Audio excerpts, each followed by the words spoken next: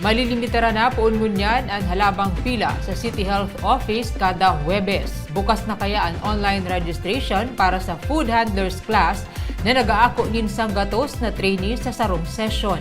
Pigpursige kan City Youth Officials ang pagbilog kan Google Forms na madaling ma-access para sa aplikasyon kan seminar. Ipigharas kan CYO na napunuan tulos kaini ang 50 slots na ipoproseso kung kaya nahihiling na epektibong paagi ini tangani mabawasan ang kadipisilan sa pagpila para sa nasambit ng klase. Maako pa man din 50 pang walk-in applicant sa Huwebes antes magpuon ang seminar alas 7 nin aga. Ginigibuan food handlers class tuyong Huwebes para makakuanin certificate o yellow card ang mga nag-attender digdi.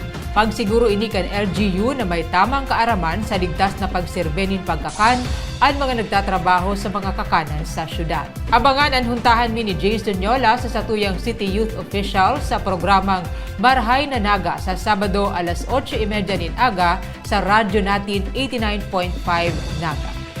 At Naga Ngonyan. Ika ako, kita ang Naga. Ang tabayan ang iba pang impormasyong may kinaaraman sa lambang na genyo. Ang Naga Ngonyan, sa ngaran kan sa kuyang pag-iriba sa Public Information Office na pinamamayuhan ni Jason Yola. Ako si Riza Mostar Santos. Diyos mabalos.